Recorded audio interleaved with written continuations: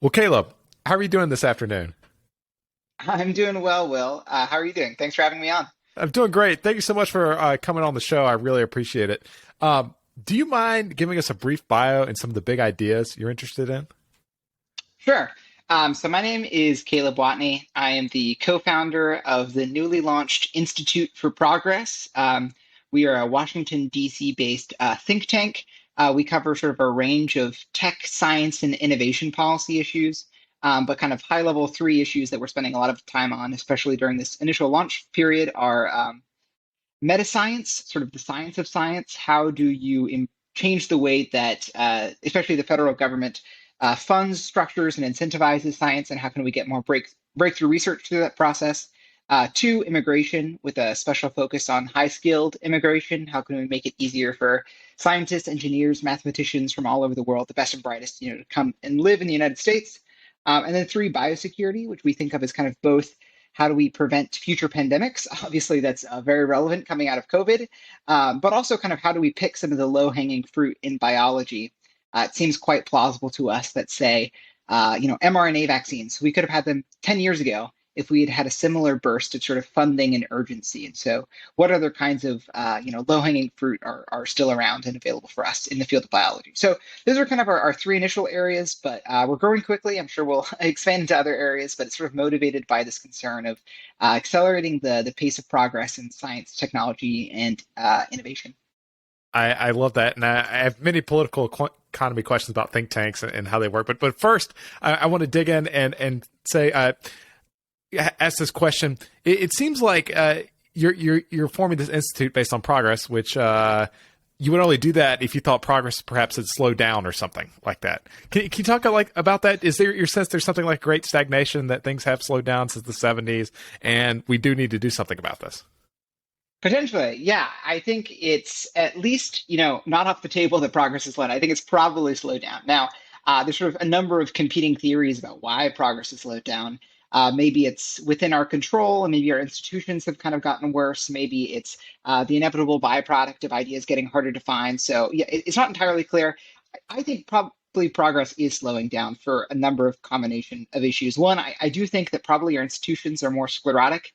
They've kind of just grown stodgier. You kind of see this, say, in science funding, where we're funding a increasingly older and older and sort of more homogeneous group of scholars at the same set of institutions, and then setting up a system of incentives that really that pushes them to do maybe incremental research rather than breakthrough research. And then in the built environment, we've kind of set up a variety of adversarial legal claims that make it very hard to actually build things in the physical world, both new housing development projects, new subways, new mass wind farms, basically anything we need to kind of prepare for the future. It's pretty difficult to actually build. So I think that's one factor. I think demographics have also probably made the issue harder. It seems like generally we're becoming a bit of an aging society. We're having fewer children. We're accepting fewer immigrants than we did decades ago, and kind of that missing youth, that missing vitality, leads us to be taking fewer risks. Starting fewer businesses, leading to fewer new inventions. And then three, I do think that there is some version of ideas getting harder to find. It also seems to be true that as you progress, especially within existing fields, it seems like finding that next breakthrough tends to get harder and harder over time. But so sort of for a mix of both inevitable and non-inevitable reasons, progress is slowing down. But I think there's a lot we could be doing to increase its pace. So, what do you think are the biggest levers there? Is it fixing funding? Is it better incentives to get younger scientists money? What do you think some of the best approaches are? Yeah, I think it probably depends a lot on the specific area that you're talking about. I think on the whole, we think of US federal public policy as being a particularly high leverage set of tools to sort of impact the rate of progress. That, yeah, the US federal government is the single largest funder of especially basic science funding in the world. And yet we know surprisingly little about what are the sort of the incentives and the kinds of institutions that best lead to its development. So that's certainly a factor. I think there's a lot of sort of idiosyncratic problems in each particular area. Oftentimes, they sort of result from many overlapping systems or kludgocracies as they kind of layer together. And maybe each particular change or each particular barrier, each particular environmental review you have to do is totally well-meaning and maybe even good in isolation. But then, sort of as they all kind of combine together, it becomes harder and harder to actually get things done. Um, so yeah, I think there's a lot of different factors, but in general, I think uniting our focus on U.S. federal policy is the fact that there's a lot you can do through federal public policy. And maybe to also take a step back, I think you'd say the United States in particular is an interesting place to be working on these changes. That U.S. federal public policy is not only a lever to affect the U.S. but also the world. That we are sort of, in some sense, a provider of global public goods, especially through innovation. We kind of have a lot of the frontiers of science and technology here in the United States. And so when we push those out, that creates spillover benefits that the rest of the world can benefit from. Internationally, you see that a lot of world governments sort of explicitly base some of their decisions based on sort of how the United States frames their drug regulation or environmental regulations or labor markets or whatnot. And so I think, yeah, implicit in the idea of why we choose to focus on the US is that it's not just about the US, but that it actually is an extremely high leverage point for affecting the globe overall. I love that. I love that. I think what's her name? Shruti at George Mason. She always talks about how she complains about how Indian bureaucrats, politicians always copy the problems that are happening in America because Yeah, that's what's yeah. fashionable, and they should be focused on specific problems to perhaps what's going on in India. So it does seem like there's a highly mimetic nature to how people think about these kind of problems. How do you think about changing kind of federal government policy? Mechanically, seems super opaque to me. How does this work? Is it something like, the staffers end up writing the stuff? They have no time. My friend she just went through a Senate hearing, and she's getting grilled about all these senators that show up and they just read these questions off of the this document that clearly was prepared by some young staffer who's been getting paid like $30,000 a year, struggling to get by. And so I guess my question is like how do you actually think about changing them? Is it educating staffers? Is it educating lawmakers? Is it you can't like bribe them, right? So like how do you get them to implement the right policy? Right. It's a tricky question. And I will say, yeah, policy is not just opaque for people outside of DC. It's oftentimes opaque for people in DC. Um, but policy works pretty differently depending on the kind of thing that you're trying to change. And I think the biggest difference is whether you're trying to get something done through legislation, through Congress, or whether you're trying to influence something through the executive agencies. Um, and in general, sort of the trade-off there is that Congress can do a lot more than any particular federal agency can do. But it's also a much higher bar to clear. It's so much harder to get things passed through Congress these days. But Congress has created a lot of latitude for executive agencies to kind of pursue their congressionally mandated missions. They kind of just leave the agencies alone oftentimes to kind of make small tweaks here or there or spend their budgets in different ways. And again, because these federal agencies are either overseeing, billions of dollars or are regulating or governing huge swaths of the economy, even very small changes to the way in which they make decisions can end up having a really big downstream effect. But yeah, it's sort of weird. If you're trying to affect legislation, I think we're quite persuaded by the theory that sometimes called secret Congress. Matt Iglesias and Simon Bazelon wrote a great piece about this, I think, last year, sort of pointing out that oftentimes it's the issues that are the least polarized that are the ones that are actually making progress. If you look at the news, you'll see a lot of headlines about issues that are moving very slowly or else are failing fast. And, these are these big monumentous bills, oftentimes highly polarized around issues that the electorate really cares about. They get a lot of coverage both in the news and on late night cable television shows. And precisely because it almost gets so much attention, that makes it harder to actually have people compromise or move things forward. And so there are a lot of things that are actually happening in DC underneath the radar that are sort of, passed as it's a small part of this, big omnibus bill. And yet by itself, it's extremely important or it covers an issue that a lot of Americans don't necessarily think about, but matters quite a lot. So I think in general, you could say that our theory of legislative change is, some combination of secret Congress, but it may be also combined with the fact that a lot of the most important issues are very important and indeed tractable, but very low on salience, that it's much easier to get things up the ladder of political prioritization than it is to persuade someone that, in fact, this opinion you have that is deeply held and that you've had for 30 years is wrong and you should adopt the other position. That's much harder than to, take some highly technical or idiosyncratic issue that no one really has as a key part of their partisan identity, but say, actually, this is really important and you should make changes, X, Y, or Z to it. So oftentimes that is through working with staffers. DC is a very, sort of relational city. A lot of things happen based on who you know, or sort of who do you trust is acting in good faith, or can you provide information with. And so that is a big part of why we're in DC, is to take advantage of this kind of relationship building networks.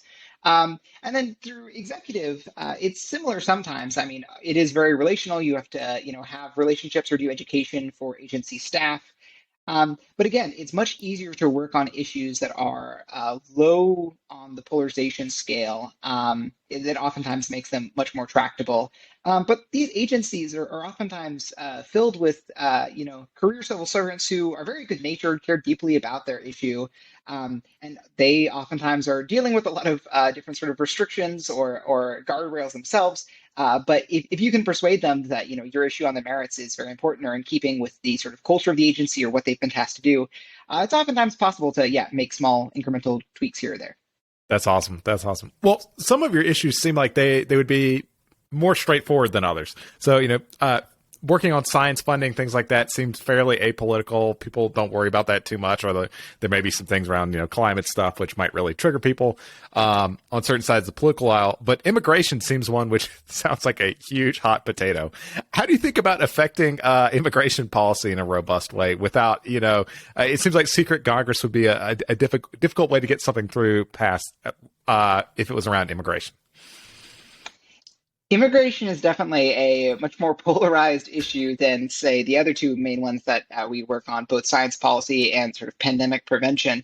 But you'll notice that we've kind of chosen to work on maybe the small corner of immigration that we think is the least polarized, and that sort of high-skilled or STEM immigration. And I think our theory is a couple of points.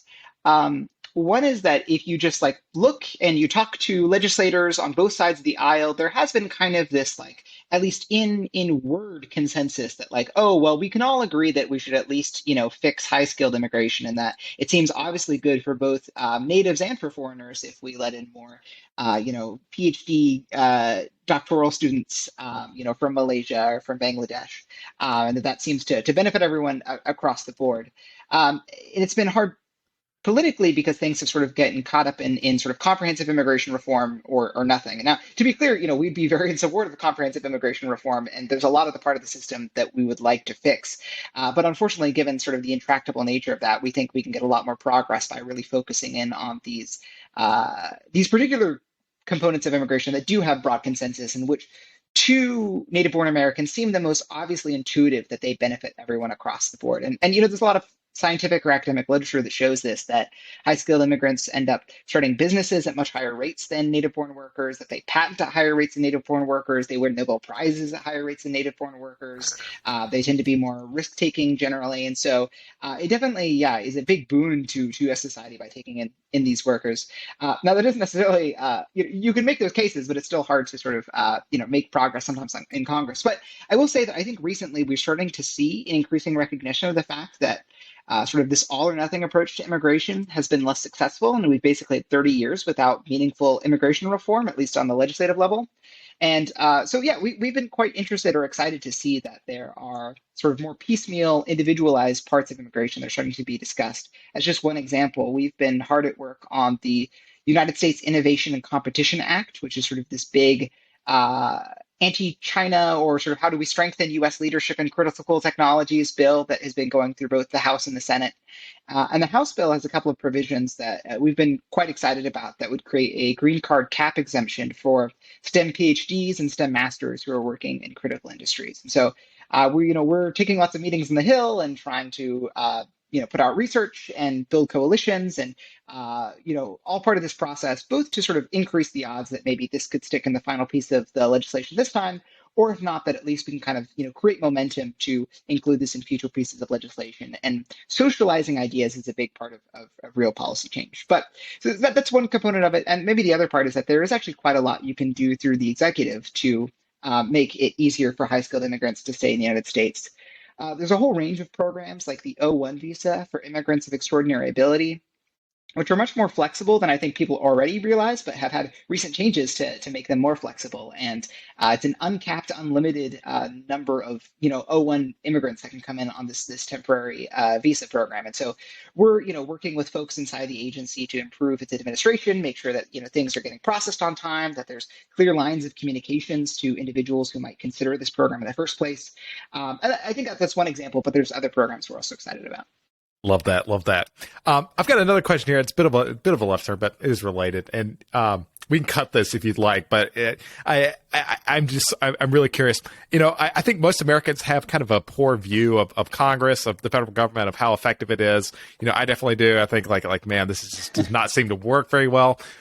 Working kind of on the inside in Washington, do you think it works better than the average American thinks it does, or is it worse? I guess in relative sense, it works better than maybe most Americans think. Gotcha. Insofar as there are things that happen under the like it is possible kind of to do Congress. things. Yes, it is possible to do things, but yeah, it's still nowhere near how it should be. And there's lots of legislative bodies all around the world that seem to be much more functional than the U.S. Congress. And there's a lot of idiosyncratic reasons for why we've kind of ended up in this scenario. I do think things like the filibuster make it much harder to actually pass legislation and govern in a country that is much more polarized. And so kind of this like system of veto points that might have worked quite well in the past, but now in a system of increasing polarization. In some sense, you could say the US is as a system was really made for, say, 60-40 majorities as they kind of flip-flop across administrations, and that's much closer to what we used to get.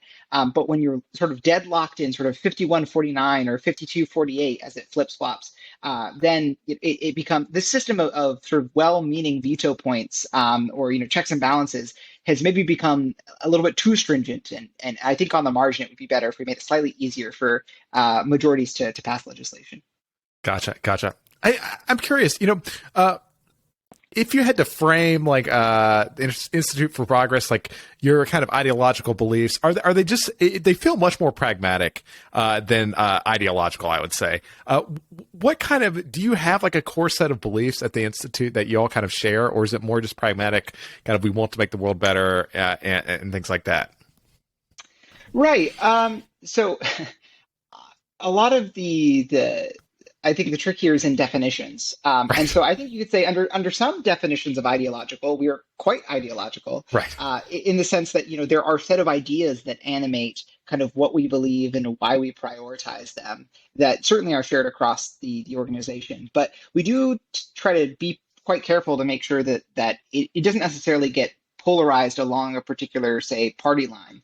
And we try to, in some sense, restrict the issues that we work on to sort of a more narrow set where we think we can build broad consensus so that we can be more effective in the long run. Because I think pretty key to our vision is the idea that to really create lasting change in DC, you kind of have to have champions on both sides of the aisle. That if you just naively think that both sides are going to be roughly in power about 50% of the time, it would be quite bad for our issue areas if we only, kind of got the investments that we thought were necessary 50% of the time. If we only were investing in pandemic preparedness when either Republicans or Democrats were in office, that would be very counterproductive. And so really for the long-term sort of stickiness of these reforms, to make sure that there's a durable coalition that can protect these investments going forward, it's quite key and important to make sure that you're able to communicate to both sides of the aisles in ways that they understand.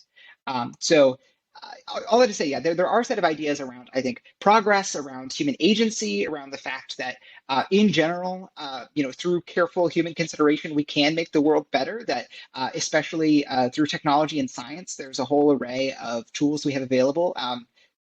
That I think also the federal government has quite an important role to play, both in sort of incentivizing and in financing these technologies, but also in governing and shaping them. I think the idea that technology is very path dependent also kind of is quite central to our work. The idea that the order, the direction, and the pace of technology matters a lot for shaping the long-term future of humanity. That simultaneously, we should be very excited about the ability of new technologies to create new wealth and new progress for humanity, but also that there are particular areas where we want to be quite careful and make sure that we're investing in, say, defensive technologies that can increase the odds of getting a good outcome. So that's sort of maybe a brief set of some of the ideas that animate our work. That's great. That's great. I really appreciate that. It reminds me of a previous guest who we had on, Vitalik Buterin. He talked a lot about that. In the sense, it's like it's much more pragmatic and kind of ideological is much more kind of a secondary thing. How do we make the world better is the most important thing. I'm curious. You mentioned technology and path dependence, and there's an issue that's been widely talked about in the media in the last couple of days as we record this podcast. How concerned are you all at the Institute about AI existential risk? And I know it's not currently one of your focus areas, but I'd love to get your take on it. Yeah, it's a tricky issue, but certainly one I have thought about a fair bit. And in some of my previous jobs, I'd done a bit more work on AI policy in particular. I think in general, AI existential risk is certainly something to consider, something to be concerned about. I think anytime you're dealing with sort of risks that, even if they might be small in absolute terms, would be, existentially bad, would, potentially risk threatening large portions of humanity or all of it, it's worth, taking that concern quite seriously. And I think you don't need to necessarily get into the issues of what happens if it's 0.00001% likely. I think, anything, I think we're safely within the realms, especially if you're trying to really embody, epistemic humility and take seriously the fact that there's lots of smart people who studied this issue very carefully and seem to be quite concerned about it. You could pretty easily justify, say, a 5 or 10%, concern about it. Now, I think what's particularly tricky about existential risk for AI is the fact that it's quite unclear to us, at least, what are obviously good policies you could push from the federal level to make this risk more or less likely. And I would contrast it with, say, risks from biological attacks, or if we have a new engineered pandemic that were to wipe out large swaths of humanity. It seems like there's emerging kind of a consensus that here are a reliable set of things, 5 things you should do and 5 things you shouldn't do to decrease the risks of an engineered pandemic. And we have reasonable certainty that they would all push in the right direction, that they would be quite likely to lead to good outcomes. And unfortunately in AI, that kind of consensus does not exist. You'll get as many different takes on AI superintelligence or AGIs as there are AI experts that you gather in a room. And so it's something that we follow quite carefully and quite closely, but partially we've been hesitant to sort of, I think, wade out too deep into the water because it seems less clear, less obvious what the obviously good federal policies are. Now, I will say one reason that we work on, say, high-skilled immigration is because we do think that for both AI, but also other technologies, you can increase the odds of good outcomes by changing the geography of where technological development is happening. That we think for a range of technologies, including AI, you'd be more likely to get good outcomes if they were being developed in liberal democracies like the United States than in countries that have a less good track record of human rights, say like China.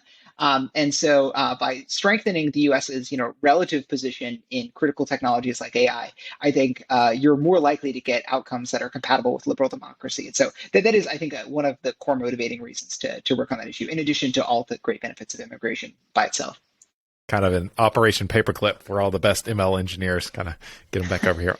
Yeah, you have to be careful with Operation Paperclip and turning into the paperclip maximizer thought experiment. Yeah, exactly. There you go. Exactly. Can you talk a little bit about biotech? You just mentioned, sorry, not biotech. Biosecurity. Yeah. I remember this kind of it's great intersections. I think we talked about earlier. I remember there was a great 60 Minutes episode early in the pandemic where they had this plane full of cruise ship passengers that had COVID. It was very early on. They flew into Atlanta, the Atlanta airport, one of the busiest airports in the United States, and CDC just kind of waved them through into the, they're all like falling over, they're dying of COVID, various levels of illness, and these elderly people are just kind of walked straight into the airport. It's like clearly like something that should not have happened. So how do we strengthen our biosecurity here in the U.S.? Because it seems to not be working very well at all. Yeah, it has not been great.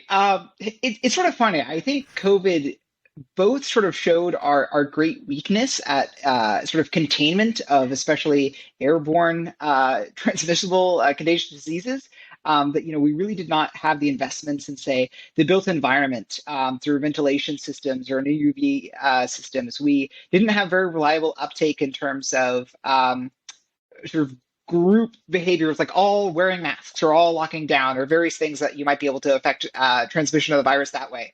And so on a lot of these sort of like individual or society level responses, we were quite bad. But on the other hand, we were also sort of one of the key destinations where mRNA vaccines were developed, and of course, that's made it much easier to get back to normal. And it's worth highlighting the fact that we invented a whole almost new genre of vaccines in the form of mRNA vaccines in record time. I mean, you compare this to how fast or how long it had taken to develop other kinds of vaccines for novel diseases, and it's honestly a miracle.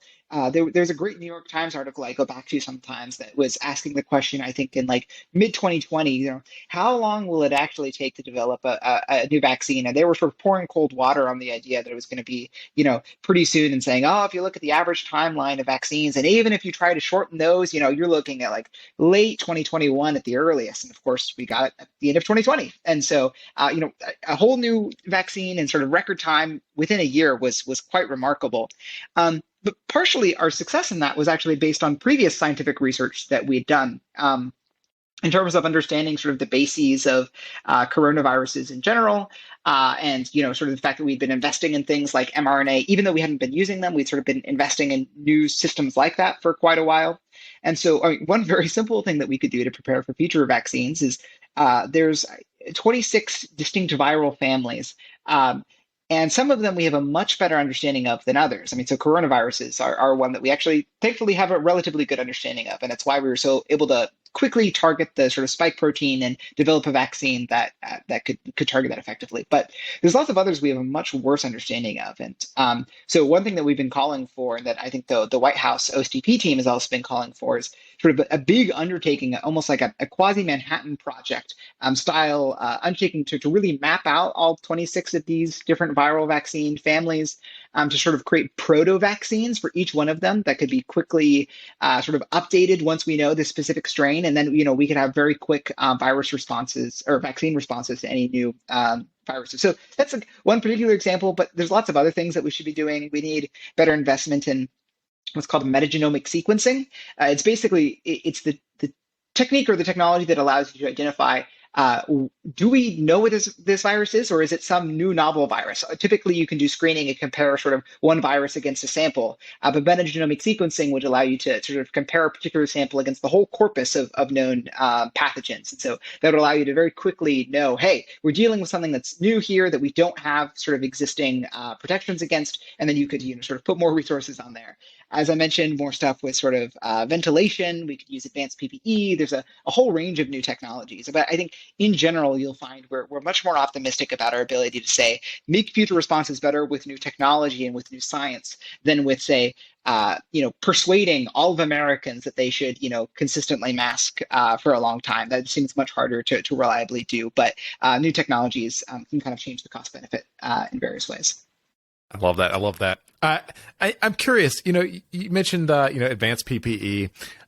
This brings up a question to me about, during the middle of the pandemic, we did not have the strategic capacity to produce enough PPE. There's like 3M in the Midwest, and that was pretty much it. Do we need to make strategic investments? Like, should we as a country, be making more strategic investments in things like PPE, strategic food production, CNC machines, the machines that build the machines, machine tooling? Do we need to make more strategic investments in that so that when we have crises, we can, produce it here when, China is not going to ship it out? Or it's, in college, it was always the libertarian argument. It's like that it didn't really matter. You could always trade with people. It's not going to be a problem. But it seems like the pandemic did turn some of these thoughts on their head. Right. I think there's definitely a stronger argument post-pandemic for sort of resiliency or redundancy in critical supply chains, and I think I would sort of distinguish redundancy or resiliency with sort of domestic manufacturing. I think there's sometimes a call to say, let's just bring everything on home. If we can't manufacture it here domestically, then it's not good enough. But really, if the goal is to make sure that we have the ability to get what we want when we want it, but sometimes there might be ecological crises, or there's an earthquake that affects the one factor we have here in the United States, and if that's the only factor we have to produce the things we need, then you end up basically just as worse off. And so there probably some portion of this is having redundant manufacturing capacity on the U.S., but it also means that we need to be, thinking through supply chains at a more general level to make sure that we have multiple manufacturers kind of all over the world, especially for key critical things. I think for mass manufacturing, it's interesting. Alec, my co-founder, and I wrote a paper pretty early on in the pandemic, basically calling for advanced market commitments for mass production. The idea was, this was sort of right at the heat of the mask crisis, and a lot of people saying, we can't get enough, even just like N95s for medical workers, let alone for the general public. And people were, tying scarves around their head, and it was better than nothing, but we could have been doing much better. And the argument we were making is that in the same way that Operation Warp Speed kind of provided a lot of demand certainty for manufacturers and said, hey, if you guys really go all in and invest in the fixed cost to really increase your manufacturing base, we recognize that you're taking on risk, and we want to basically take that risk off your plate because you are providing this public good of dramatically larger manufacturing capacity for these key critical goods. And so I'm glad that we ended up doing it for vaccines. I think we probably should have done it for masks as well. Because in previous crises, you've seen that mask manufacturers, after say swine flu, sort of saw this news about a new possible vaccine, or sorry, a new possible virus that was going to be spreading, and so they started dramatically increasing their capacity, and then it turned out to be basically a false alarm, and all those investments and people they had to lay off, and it was really costly for them. And so, especially when you're dealing with uncertainty at a time when there's a public crisis, and it's not really fully priced in the large public benefits you would create if you were to, expand in a way that is a positive EV, even if it's maybe unlikely. And so I think having a better appreciation for tools like advanced market commitments and this whole kind of range of innovative public procurement can be really important, both for sort of, in the moment crisis management, but also for more general forward-looking stuff. Gotcha. And advanced market commitments are just like a commitment the government goes out and says, we will buy X amount of mass from you if you go ahead and produce these, to just kind of ensure that there will be demand if you spin up all these crazy fixed costs to create things like N95s. Gotcha. Caleb, I'm curious, how has it been founding your own think tank? And what has been the biggest challenge? Is it fundraising? Is it making connections? Is it something else entirely? Founding a think tank has been honestly really fun. That's awesome. It's been great. It's gone better, honestly, I think, than either of us expected. I think when we were first kind of starting off, we were envisioning it as just like a small two-person thing that would maybe eventually scale up. But we were kind of consistently challenged both by mentors and advisors, people who started their own thing, and also some of our fundraisers, our donors, to sort of think more ambitiously, and that there was some key niche that we were trying to fill that was important, and that we should expand more quickly. And I've been very glad that we did that, and I've been super excited about the team that we've been able to assemble. I think we're doing great work. I think it's also been very rewarding to see that. I think some of our ideas about underrated models of political engagement have so far turned out to have something to them, and that's been rewarding. I also personally am like a bit of a generalist, and so I kind of like the idea that one week I'm really digging in with our lawyers on the various legal structures we need to set up, and then the next we're talking to our accountants about the different ways to set up our books, and then we're in full recruiting mode, and we're going to conferences, but still trying to have some time to write, and management, and thinking through offices, and our website design, and all these sorts of things. And so it's definitely the kind of job that I think benefits from having sort of wide-ranging interests, and maybe getting bored if you're on one task for too long. So I'm certainly never bored. That's great. Can you talk about those underrated kind of policy levers? You might have mentioned them before, kind of like secret Congress and things like that, but are there any others? Yeah, I think one thing is just trying to maintain as much flexibility as possible. I think one sort of maybe bottleneck or barrier that think tanks run into is that they basically kind of overcommit on a specific agenda ahead of time, and oftentimes this happens for kind of legibility reasons for trying to promise something to various foundations that might be supporting your work, and you'll say, okay, we're gonna, this is our 3-year plan. We're gonna publish papers on X, Y, and Z. We're gonna make sure we have, so many op-eds published. We're gonna be hosting, 20 different webinars. We're gonna do whatever, and sort of once you've kind of committed yourself to that model, you're then really optimizing for, say, specific outputs rather Gotcha. than what is actually like the positive expected value swing we're taking on a particular policy opportunity. And policy windows open and close so quickly. There's like a small window, a month here to really engage and really dive in. And so having the sort of flexibility to sort of take resources or sort of spin up or down projects very quickly as these opportunities arise, I think has allowed us to be hopefully, a bit more effective. I think also focusing on issues that get a lot less coverage. I mean, so there's really like not many other think tanks, if at all, that are kind of focused on meta science issues and sort of how do we reform not just the amount that the government is spending on federal R&D, but the methods and the ways and the funding mechanisms that they use. And so there's like a lot less competition in some sense, versus an issue like federal privacy legislation, or tax policy, or welfare reform, or any number of issues that have a lot more coverage from think tanks all across the board. Sort of your marginal contribution working in a very crowded area is much harder to have an impact. But if you can find sort of neglected, significant, attractable issues, then I think it's much easier to punch above your weight. Well, how have you guys been so successful in finding neglected tractable reasons? Because you're younger, you're just like more willing, like more truth seeking, you're optimizing on truth seeking instead of something else. Like what's your theory behind that? I think most people are on net truth seeking in DC. As maybe surprising as that is, I think most people are acting in good faith. Certainly not everyone, but in general, I think you'll have better predictions about people's motivations if you kind of come in with that. I think part of it comes from the fact that we're drawing from maybe intellectual communities or networks that are much more underrated in DC or haven't made as much of a splash. We sometimes think of ourselves as pulling from both this kind of progress studies community that is very focused on sort of how do you tangibly increase the rate of progress, especially through sort of technology and scientific mechanisms. And then also from the effective altruism community, and sort of, how can you do the most good with your time and money? And they're kind of, have helped popularize this network, or this significant neglectedness and tractability framework I was talking about a little bit earlier. We sort of borrow it from that community.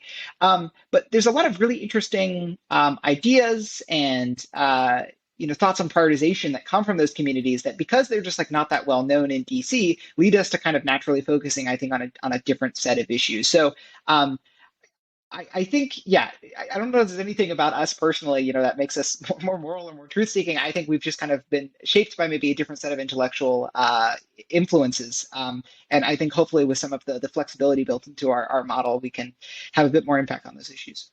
That's great. That's great. You mentioned effective altruism. One of the big EA nonprofits just released a $100,000 essay prize to critique effective altruism. So I have to, of course, I ask, do you have any critiques of effective altruism yourself? Like, and I want to preface this by saying, like, I really love EA, and I think it's actually probably the most reflective kind of group I've ever been a part of. So, I think I'm not here to get cheap shots, but I'm curious if you have any thoughts there. No, it's funny. I mean, the hard thing about critiquing EA is that, of course, probably somebody has already made the critique already, yes. And some portion of the community is like trying to push it in a different direction. So, one of the things I like about the community is that it is, quite heterogeneous. There's people, with very strong intellectual disagreements with each other, pushing in very different directions. But I don't know if this counts as a bit of like a half critique. It's maybe a critique of where EA was a few years ago. They've started to make some changes in this direction, and I'm excited to see those, but I think we could still go much further. And that would be sort of thinking about impact in areas that are much harder to quantify, are fuzzier. And I think EA very naturally sort of, grew up in this environment where we're trying to sort of really maximize on a per dollar basis. How can you do the most good in the world? And so things that are very legible, things that are very rigorous in terms of we know reliably sort of how impactful, say, sending anti-malarial bed net to sub-Saharan Africa is, or we know the impact of deworming pills on average. And we can measure that. We can go and directly investigate and see the impacts, and we can sort of know how impactful the marginal dollar spent is. But for something, say, like a campaign through public policy to increase the odds of a pandemic preparedness funding bill happening, like how much money do you have to spend to increase the odds of that by 20%? Like there's almost like no way. It's so sort of path dependent. It's so fuzzy. It happens, sort of in fits and starts, and maybe over a longer time horizon, you can start to draw trends about sort of what are the odds. And certainly, we think we have methods that work better than average, hopefully. But I think EA has in the past been quite hesitant to engage in public policy because the value calculation or sort of the trying to figure out how much good you're doing is so much harder. Now, as I mentioned, I think in recent years, this has become much less the case. You started to see EAs caring a lot more about policy, investing more. We have EA donors, so certainly, that's we were very thankful for that. And I think a sign that the community is starting to move on. But that is one thing I think we still have more to go on. Definitely. Well, and I just say a lot of y'all's work is connecting this, a lot of EA ideas to the, like you mentioned, like to the policy space. It's kind of a $20 bill on the sidewalk. You guys are picking up is the fact that, aren't a lot of EAs that are working directly in policy. Do you have a sense at all whether Washington has changed much since you got started? I mean, you've worked in think tanks before and then founded one. Has it gotten easier to do things, harder to do things? And what's your sense of how political polarization has moved? That's a good question and a tough question. I would say, so I've been in the DC area for, about 7 years now, which is on the one hand, like kind of a long time, but also not at all a long time on sort of the time scale of policies, not even, a single two-term presidency by that metric. But yeah, I think there have been some changes. I mean, certainly it's this sort of like secret Congress thing, I think has become more pronounced that the last 8 years have been a time of very intense polarization. And as kind of things get more and more polarized, the idea of moving slightly behind the scenes, that trying to deliberately not get too much public attention for an issue, and that might actually make it harder to work, I think is somewhat of a more recent phenomenon. Maybe an even more recent phenomenon, though, is that I actually wonder if we're getting slightly less polarized than maybe we were just a couple of years ago. And as an example, you could say, I would not have bet in 2020 that the US would have passed a big infrastructure bill. And yet we did. We passed a big bipartisan infrastructure bill. Fingers crossed, but I think we will probably pass the Bipartisan Innovation Act at some point this year, maybe in the lame duck, but I think it'll probably happen. And that's, again, like a bipartisan investment in science and technology, sort of with the goal of maintaining American technological leadership. I thought that there was some significant chance that sort of Republicans would just refuse to confirm a lot of Biden's nominees for various, cabinet level positions. And yet that broadly happened. There were nominations that happened. And so, I think it's slightly unclear. This is sort of maybe a bit of a speculative, spicy take, but maybe the increasing focus on more cultural issues in the last couple of years has actually opened up room for a bit more ideological diversity within parties on economic issues, and that's led to a bit, of an easier time to actually horse trade on some of these key issues. So I don't know if that's true, but it might be one theory about what's happening. That's great. Well, Caleb, I'm curious. If I have you back on the show here in 50 years, and I am planning on doing it for another 50 years, so this is realistic. What's the biggest impact you can imagine the Institute for Progress having? I hope that in some sense we are not working on the same issues we are. We've made so much progress on immigration, on meta science, and on biosecurity that we've sort of called it a day, and we don't have to work on those policy issues, and we can be working on much more niche issues. Maybe we're working on sort of governance of Martian space law or something. Yeah. So I certainly, we really hope to make tangible impact on those three issues. On others, I think we hope to bring increased sort of technological capacity to DC, that's sort of the ability to understand, foresee, and directly, proactively, both speed up and shape the direction of technology will be increased in DC. I hope we will have not died in, say, a massive comet or a bioengineered pandemic, or we won't have had a solar storm or any number of various, mega cataclysmic events. So if we're all alive and if we've made good progress on some of these core issues and total factor productivity growth is up, we're all 200 K GDP per capita. I'll call it a day. It seems like we've done some good. Excellent, excellent. I love that. I love that. And do you feel bullish right now about the 2020s and escaping the Great Stagnation? Do you think we will have significant TFP growth over the next kind of decade? I think it really depends on what we do in the next couple of years. That I think a lot of the preconditions are there. That there's a lot of technologies that we've sort of been laying the foundations for in a long time, both artificial intelligence, some of these, really interesting bio technologies like CRISPR. I think someday we'll get driverless cars and, autonomous drones and any number of, things that can change the way cities are designed and increase productivity. But it's really going to be, I think, about policy. It's going to depend on what we do about clean energy. It's going to depend on whether or not we can build things in the physical world. It's going to depend on whether we can set up new institutions that are capable of, say, reforming themselves, or can get rid of old laws and establish new ones that we need. So I hope we can, and I think there's some amount of sort of a can-do optimism that actually makes it more likely to happen. And so I will manifest into the world that yes, we will get over the Great Stagnation, if only because we think we can. I love that. I love that. And I've got kind of one last question here that is related to that. You mentioned building things in the physical world and the problems we have with that. We had Eli Dorado on. I might have mispronounced his last name. Sorry, Eli, if I did. But I'm curious, how big of a problem do you think NEPA is? And do you think, is there any promise that we'll be able to do something about it here in the next decade? I think it's quite a big problem. I've been quite persuaded by Eli and other folks that have been sort of drawing more attention to this NEPA issue.